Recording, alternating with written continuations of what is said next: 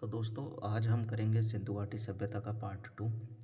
और ये वीडियो मैं अलमारी, एक छोटी अलमारी है उसमें बंद होकर बना रहा हूँ, क्योंकि मैं ऐसी जगह रहता हूँ जहाँ शोरगुल दबा के होता है।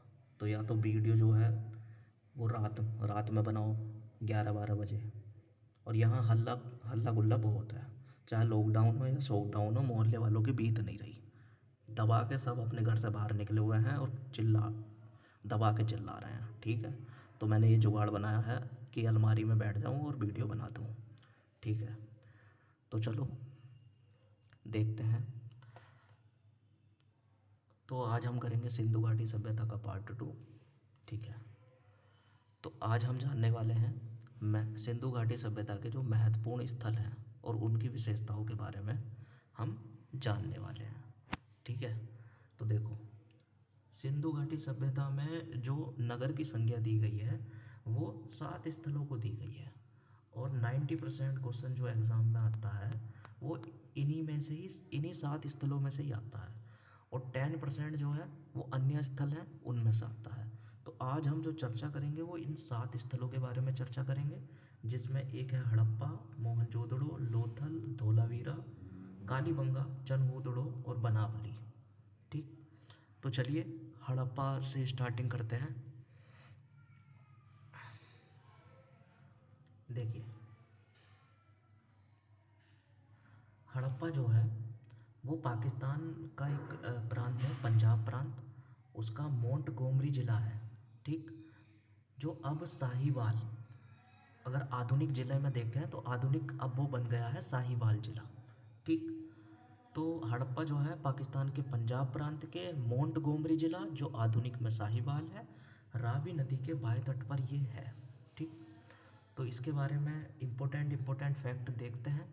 जैसे सबसे पहली बार 1826 में चार्ल्स मैसन ने हड़प्पा के टीले पे जो है ध्यान आकर्षित कराया था। तो ये मैंने आपको पहली वीडियो में भी बता दिया था। और हड़प्पा जो है प्रारंभिक स्थल था, यानी सबसे पहला स्थल था जिसके बारे में पता लगाया गया था। तो इसलिए ही इस सभ्यता को, सिंधु घाटी सभ्यता को हड़प्पा सभ्यता कहा जाता है। ठीक, और 1921 में दयाराम साहनी ने ये खोजा था। ठीक है, चलिए इतना आप समझ गए हैं तो अब आगे चलते हैं। ठीक है, और नहीं भी समझ रहे हो तो दोबारा आप वीडियो देख लेना, आ जाएगा समझ में, कोई बड़ी बात ना है। ठीक, तो देखो, इसमें 2 टिल्ले हैं, पश्चिमी टिल्ला और पूर्वी टिल्ला। ये जो पूर्वी टिल्ला होता है ये पश्चिमी टिल्ला से बड़ा होता है। ठीक है, ये हमेशा प्रायः बड़ा होता है। और हड़प्पा सभ्यता में जो ये पश्चिमी टिल्ला है, इसकी जो है ना चारों ओर जो है इसकी एक रक्षा प्राचीर थी, मतलब एक बाउंड्री थी जो रक्षा करने के लिए सिक्योरिटी पर्पस पे बनाई हुई थी। इसलिए इसे दुर्ग टिल्ला या गढ़ी टिल्ला भी कहा जाता है। और ये पश्चिमी टिल्ला जो है वो पूर्वी टिल्ला से थोड़ा ऊंचाई पे बनाते हैं। और इसमें रहते कौन थे? इसमें रहते थे आपके पश्चिमी टिल्ला में जो आपके पुरोहित वर्ग और जो विशेषाधिकार वर्ग, यानी जो अधिकारी वधिकारी टाइप के होते होंगे, जो प्रशासन संभालते होंगे, वो लोग यहाँ पश्चिमी टिल्ला में रहते थे।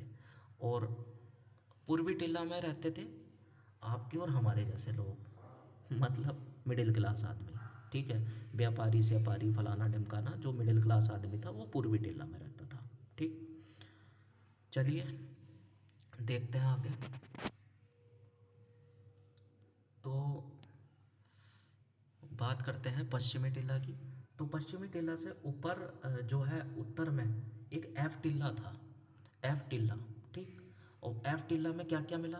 एफ टिल्ला में मिला अन्नागार, श्रमिक आवास, 18 वृत्ताकार चबूतरे। तो यानी यहाँ एफ टिल्ले में ना एक अन्नागार मिले जहाँ अन्न को रखा जाता था, वहाँ श्रमिक आवास मिला, और 18 वृत्ताकार चबूतरे। तो ये वृत्ताकार चबूतरे में क्या करते होंगे? ये श्रमिक जो है गेहूँ वगैरह पीसते होंगे। ठीक है, तो ये हमें पता चलता है। ठीक है, और पश्चिमी टिल्ला के दक्षिण में मिला ए बी टिल्ला।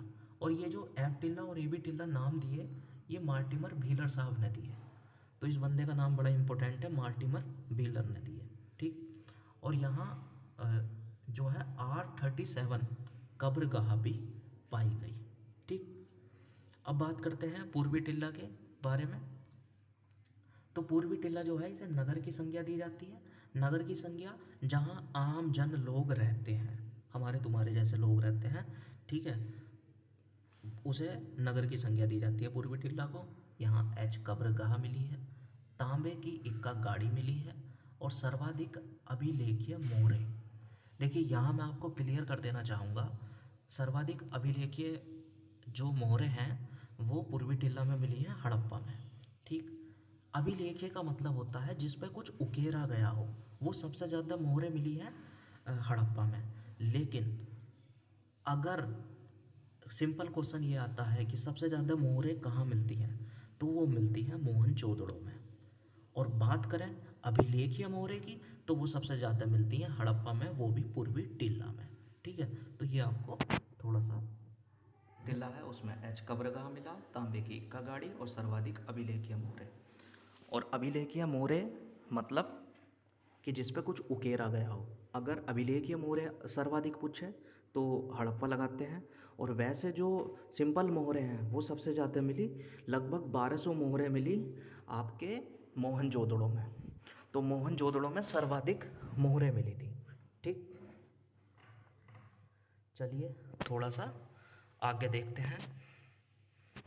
देखिए कुछ नाम है जो आपको पता होने चाहिए और काफ़ी इम्पोर्टेंट नाम है। जैसे ये इसमें निर्देशक, यानी उस टाइम निर्देशक कौन थे जब ये हड़प्पा सभ्यता की खुदाई वगैरह चल रही थी, तो जॉन मार्शल साहब थे।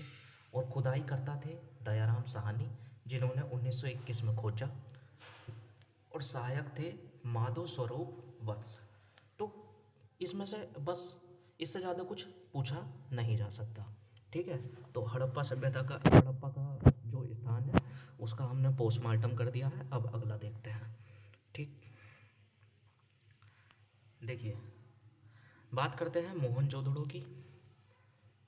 तो मोहनजोदड़ो पाकिस्तान का में एक प्रांत है सिंध, और उसका ज़िला है लरकाना ज़िला। ये सिंधु नदी के दाएं तट पर है। तो कई बार मैंने क्वेश्चनों में ये भी देखा है कि ऑप्शन में जो है सिंधु का दायां तट, सिंधु का बायां तट, इस तरीके से कंफ्यूज करा गया है। तो आपको पता होना चाहिए कि मोहनजोदड़ो सिंधु नदी के दाएं तट पर था।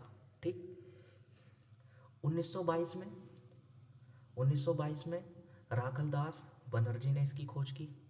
ठीक, और अंग्रेज विद्वान है एक मार्शल, उन्होंने कहा कि सिंध, इसमें जो है मोहनजोदड़ो में 7 बार बाढ़ आई, 7 बार बाढ़ आई। और ये इकलौता एक ऐसा नगर था जो सातों के सातों बार डेवलपमेंट इसका डेवलप हो गया। यानी जैसे पंजाब में हिरोशिमा नागासाकी में बम करे वो फिर डेवलप हो गया, उसमें भूकंप आते रहते हैं जापान में, वो फिर डेवलप हो जाता बहुत जल्दी। तो उस टाइम का जो जापान था वो मेरे ख्याल से मोहनजोदड़ो ही था, जिसमें 7 बार बाढ़ आई, वो फिर भी डेवलप हो गया। ठीक, अमेरिकन, एक अमेरिकन वैज्ञानिक है के आर कनेडी, जो पुरातत्व विज्ञान के होते हैं ना, अमेरिकन के यू आर कनेडी हैं। उन्होंने बताया कि ये मोहनजोदड़ो है, इसका मलेरिया से पतन हुआ। तो कई बार क्वेश्चन में ये भी पूछ लेते हैं कि भाई अमेरिकन मतलब मलेरिया से पतन जो है किसका हुआ, तो मोहनजोदड़ो का हुआ। किसने कहा कि मोहनजोदड़ो का मलेरिया से पतन हुआ, तो के यू आर कनेडी ने कहा। तो कुछ भी क्वेश्चन बना देते हैं। ठीक, और टेंशन मत लो, क्वेश्चन भी हम कराएंगे। मेन चीज़ है, अगर ऑब्जेक्टिव कराने, यार देखो ऑब्जेक्टिव तो तुम भी किताब खरीद लो, कर लो खुद ही। ऑब्जेक्टिव कराने में क्या है। ठीक, चलिए मेन चीज़ है इंटरेस्ट डेवलप होना चाहिए।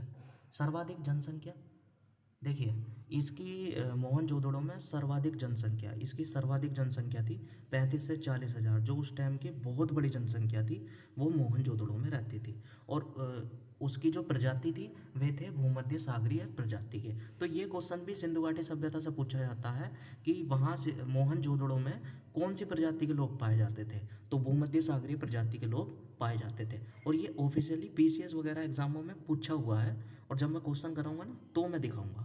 अभी आपको ऐसा लग रहा होगा बकवास है, लेकिन जब मैं क्वेश्चन दिखाऊंगा और कहाँ कहाँ आया तब आपको पता चलेगा। चलिए खैर, उपनाम के बारे में बात करते हैं कि मोहनजोदड़ो को क्या क्या कहा गया है। तो उपनाम की अगर बात करें तो मृतकों का टीला, प्रेतों का नगर और सिंधु का बाग।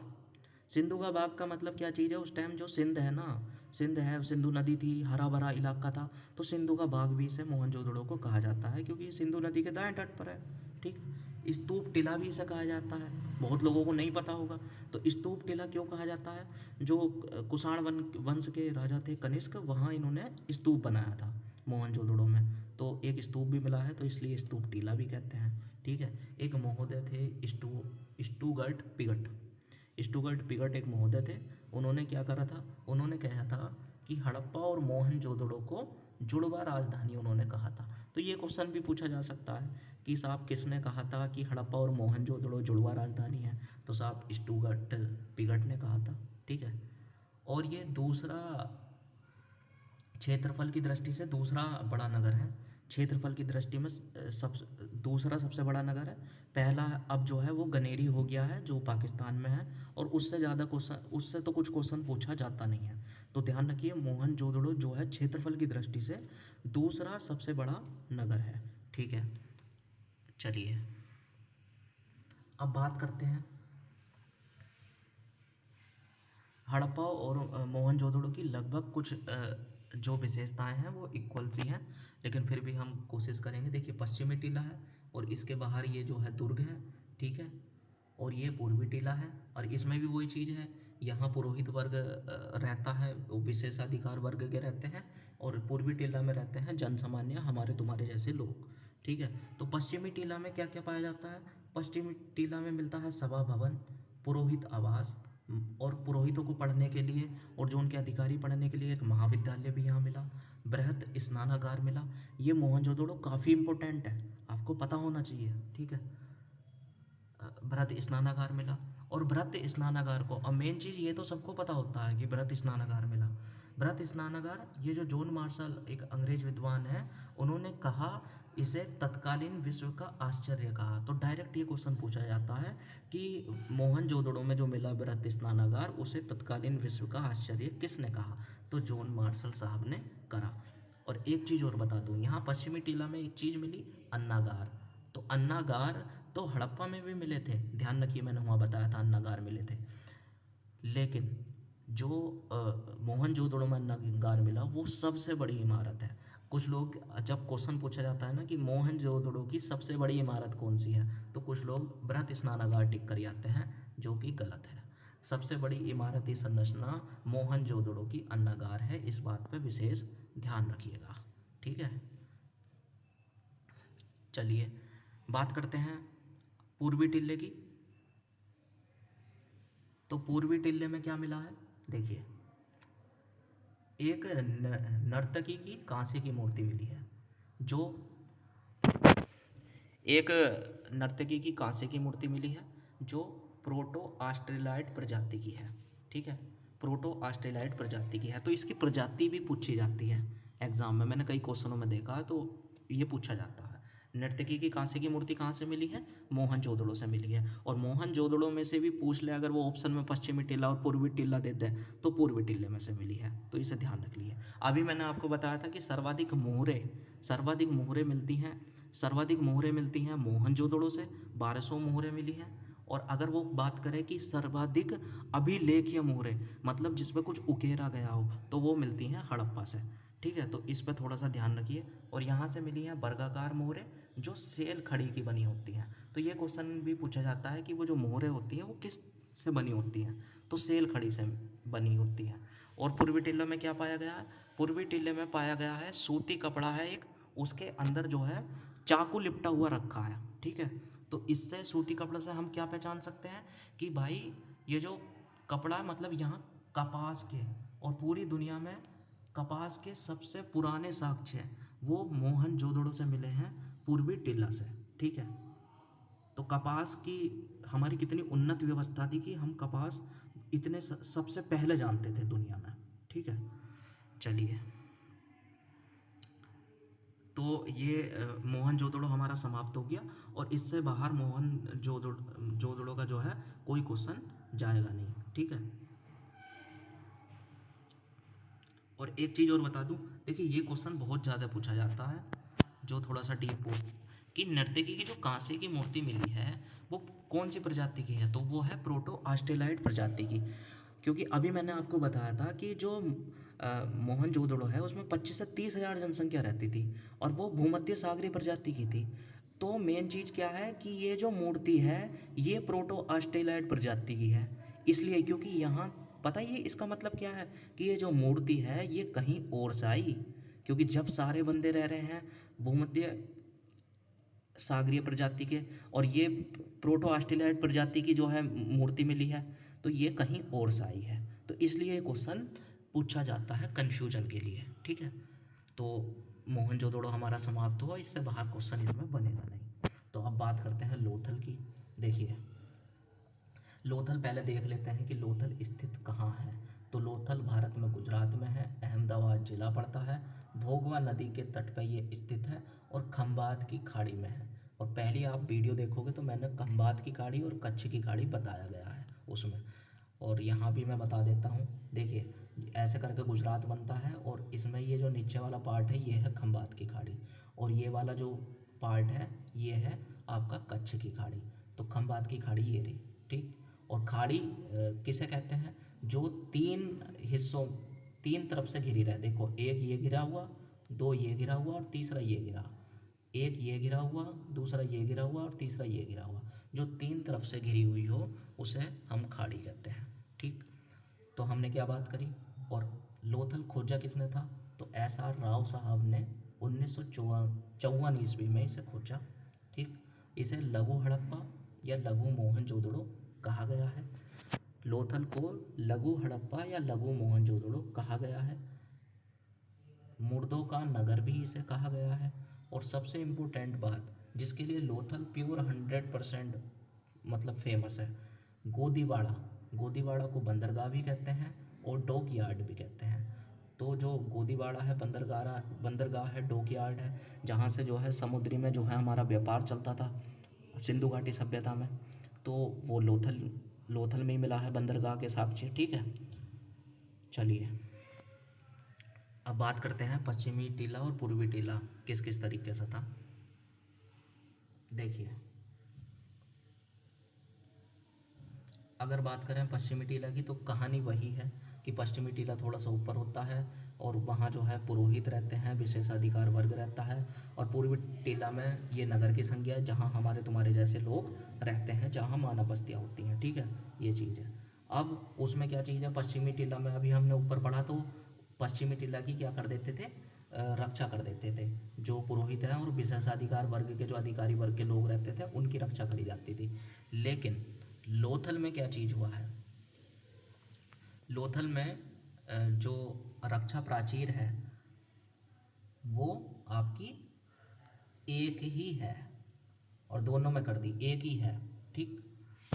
चलिए अब आपको मैं बताता हूँ, यहाँ जो है इस पूर्वी टिल्ले में 20 समाधियाँ मिली हैं, 20 समाधियाँ मिली हैं जिसमें 3 युग्मित समाधियाँ हैं। 3 युग्मित समाधियाँ मतलब आदमी और औरत, ठीक है, 3 युग्मित समाधियाँ मिली हैं। तो इससे पता क्या चलता है, इससे पता ये चलता है कि सती प्रथा के साक्ष्य हैं यहाँ। तो डायरेक्ट क्वेश्चन आ जाता है कि सती प्रथा का साक्ष्य कहाँ से मिलता है, तो लोथल से मिलता है साहब, ठीक है। और ये एक ही रक्षा प्राचीर से घिरा हुआ है, ये मैंने आपको बता दिया, ठीक है।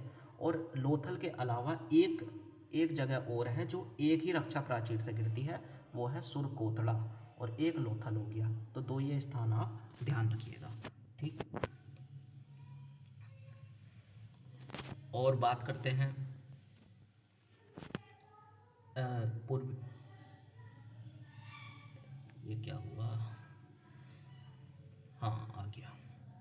बात करते हैं जो पूर्वी टिल्ला है लोथल में ही, उसमें हमें और क्या चीज़ मिली है। देखिए अग्निकुंड के साक्ष्य भी मिले हैं, लेकिन ध्यान रखिए अग्निकुंड के जो साक्ष्य हैं, अग्निकुंड मतलब अग्नि वेदिकाएँ, उनके साक्ष्य जो है कालीबंगा में भी मिले हैं। तो लोथल और कालीबंगा दोनों में ही अग्निकुंड यानी अग्नि वेदिकाओं के साक्ष्य मिले हैं, तो वो ऑप्शन के अकॉर्डिंग हम मारेंगे, ठीक है। अब धान के साक्ष्य मिले हैं लोथल से, बाजरे के साक्ष्य मिले हैं, धान मतलब चावल, ठीक। और मम्मी का मॉडल मिला है, जो मिस्र की में एक जो मम्मी होती है, एक मम्मी का मॉडल भी लोथल में से हमें मिला है। गोरिल्ला और बारहसिंगा की मोहरें मिली हैं, ठीक।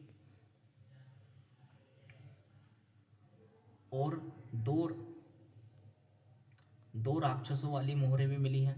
दो राक्षसों के मुंह वाली मोहरें जो हैं वो फारस में मिलती थी, ठीक है। तो ये इससे हमें क्या पता चलता है कि पुराने जो लोग हैं वो फारस से भी उनका व्यापारिक संबंध रहा होगा जब मोहरें होंगी, क्योंकि जब हम व्यापार करेंगे तो मोहरे का भी आदान प्रदान होगा, ठीक है। आदान प्रदान तो वैसे हर चीज़ का होता है, संस्कृति रीति रिवाज सारी चीज़ों का होता है। जब एक संस्कृति दूसरी संस्कृति में जाती है तो हर चीज़ का आदान प्रदान होता है, ठीक है। तो लोथल में इससे बाहर क्वेश्चन कोई आपका आएगा नहीं। आशा करता हूँ कि आपको समझ में आ रहा होगा, और समझ में नहीं आ रहा तो वीडियो को थोड़ा दोबारा दोबारा करके देखिए, ठीक। बात करते हैं चनहूदड़ो। तो चनहूदड़ो जो है वो पाकिस्तान के सिंध प्रांत में है, सिंधु नदी के तट पर है। इसे 1931 में एनजी मजूमदार और 1935 में अर्नेस्ट मैके। तो इसका मतलब क्या है, इन दोनों, ये जो एनजी मजूमदार है और अर्नेस्ट मैके, ये इन दोनों का जो संबंध है वो चनहूदड़ो से है, ठीक। और चनहूदड़ो केवल इकलौता एक ऐसा स्थल है जिसमें हड़प्पा से पूर्व, हड़प्पा के दौरान यानी हड़प्पा के समकालीन और हड़प्पा के बाद तीनों के साक्ष्य मिलते हैं, ठीक है। हड़प्पा से पहले के भी, हड़प्पा के दौरान भी और हड़प्पा के बाद भी, ठीक है, चनहूदड़ो में। और हड़प्पा के पतन के बाद चनहूदड़ो में एक झूकर झांगड़ संस्कृति, जो एक ग्रामीण संस्कृति है, उसके साक्ष्य मिलते हैं, ठीक है। तो आज बात करते हैं पश्चिमी टिल्ला और पूर्वी टिल्ला की, ठीक है। देखिए, यह है पश्चिमी टिल्ला और पूर्वी टिल्ला। और ध्यान रख लिए, इसमें कोई भी जो टिल्ला है वो दुर्गीकृत नहीं है, ठीक है। कोई भी जो टिल्ला है वो दुर्गीकृत नहीं है, ठीक।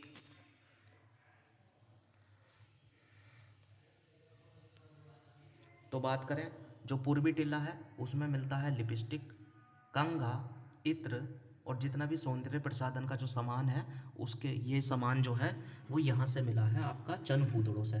तो एक तरीके से देखा जाए, उस टाइम जो मेरे ख्याल से जो आजकल टिकटॉक वाली लड़कियाँ हैं वो उस टाइम चनहूदड़ो में ही रहा करती थी, तभी वे वहाँ लिपस्टिक, कंघा, इत्र, सौंदर्य प्रसाधन, ठीक है। तो सारी की सारी यहाँ मतलब टिकटॉक की लड़कियों का संबंध चनहूदड़ो से ही है, ठीक है। मजाक मजाक भी जरूरी है।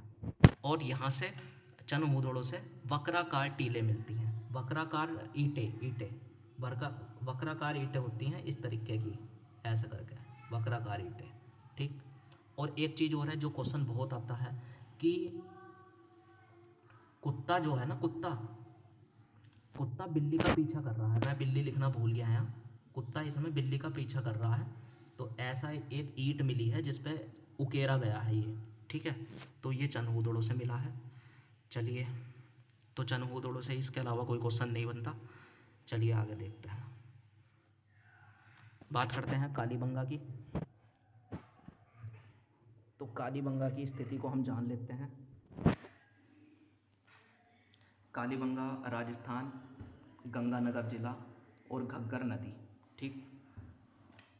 1947 में अमलानंद घोष ने इसे खोजा और 1960 में बी के थापर के नेतृत्व में इसका उत्खनन करा।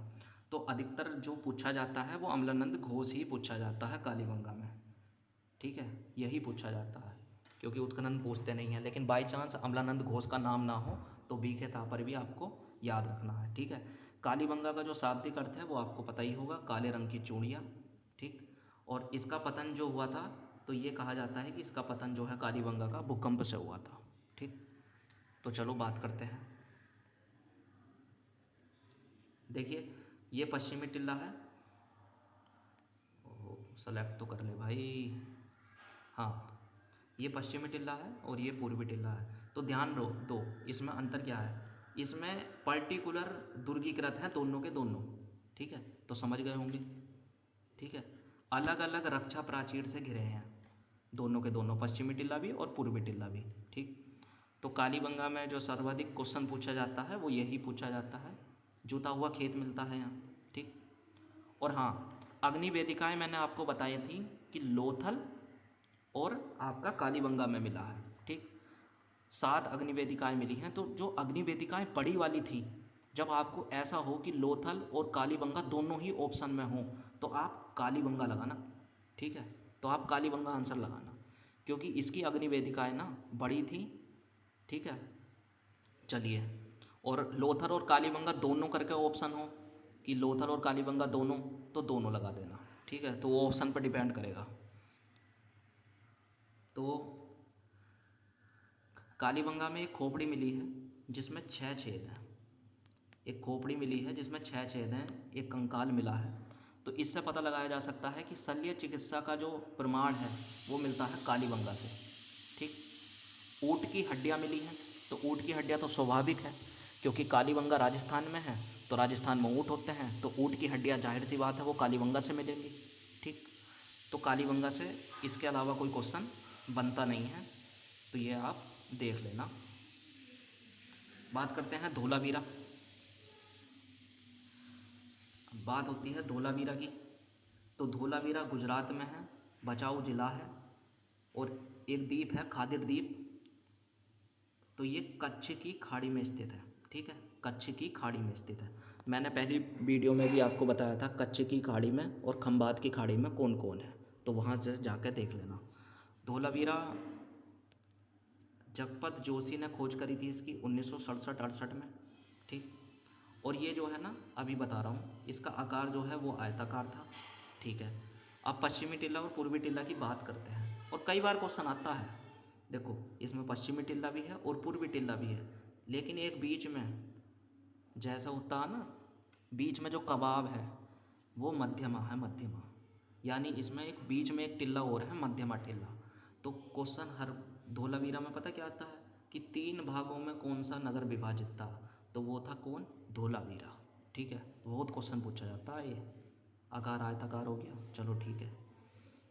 और यहाँ पूर्वी टिल्ला में से 10 अक्षर की नेम प्लेट मिलती है, और 30% भूभाग पर इसमें धोलावीरा में, पूर्वी टिल्ला में 16 बड़े तालाब थे, ठीक। तो इससे क्या पता चल रहा है, इससे ये पता चल रहा है कि जल प्रबंधन की उच्च कोटि की व्यवस्था थी, ठीक। और पश्चिमी टिल्ला और मध्यमा टिल्ला के बीच में एक स्टेडियम के भी साक्ष्य हैं। अरे भाई, पहले के लोगों को भी खेलने के लिए जगह तो चाहिए उन्हें, तो स्टेडियम के साक्ष्य कहाँ से मिलते हैं, धोलावीरा से मिलते हैं, ठीक है। तो धोलावीरा से इतने क्वेश्चन बनेंगे, ठीक। अब 7 और अंतिम आज का हमारा, तो बनावली हरियाणा में है, हिसार जिला है, और RS बिष्ट ने 1973 में ये खोजा था, ठीक। जौ का साक्ष्य यहीं से मिला है, और एक मिट्टी का हल, पकी मिट्टी का जो हल है वो बनावली हरियाणा से मिला है। और इसकी जो जल निकास प्रणाली की व्यवस्था थी, सबसे अव्यवस्थित थी, सबसे घटिया, 1 नंबर की रद्दड़, ठीक। तो ये आपको ध्यान रखना। तो आशा करता हूँ आपको वीडियो समझ में आई हो, और वीडियो आपको समझ में नहीं आई है तो 1-2 बार और देखो, पहली और दूसरी दोनों पार्ट देखो, ठीक है। क्योंकि भाई मेरा मानना ऐसा है, ऑब्जेक्टिव ऑब्जेक्टिव ऑब्जेक्टिव, इसके अलावा मैं 90% लोग तो ऑब्जेक्टिव पढ़ाने में, ऑब्जेक्टिव, मेरे भाई ऑब्जेक्टिव दिमाग में नहीं रुकता बिना कॉन्सेप्ट के। तो इसलिए मैं पहले, ऐसा नहीं है कि मैं ऑब्जेक्टिव नहीं कराने का, जब सिंधु घाटी सभ्यता हमारी ख़त्म हो जाएगी तो जो भी सिंधु घाटी सभ्यता से चाहे 50 क्वेश्चन बने चाहे 100 क्वेश्चन बने, वो मैं सारे के सारे कराऊंगा, ठीक है, ताकि आपके दिमाग में चीज़ टिके। अब ये थोड़ी है 10 साल तक तुम ऑब्जेक्टिव रखते रहोगे, ठीक है। जो चीज़ लंबा टिके तो उस पर काम करना चाहिए, पहले कॉन्सेप्ट फिर उसके बाद ऑब्जेक्टिव, ठीक। तो धन्यवाद, और कमेंट करके यार दोस्तों बता दो कैसा लगा एफर्ट, क्योंकि थोड़ा वीडियो एडिट करने में यार 3-4 घंटे निकल ही जाए, ठीक है। चलो धन्यवाद, खुश रहो अपना।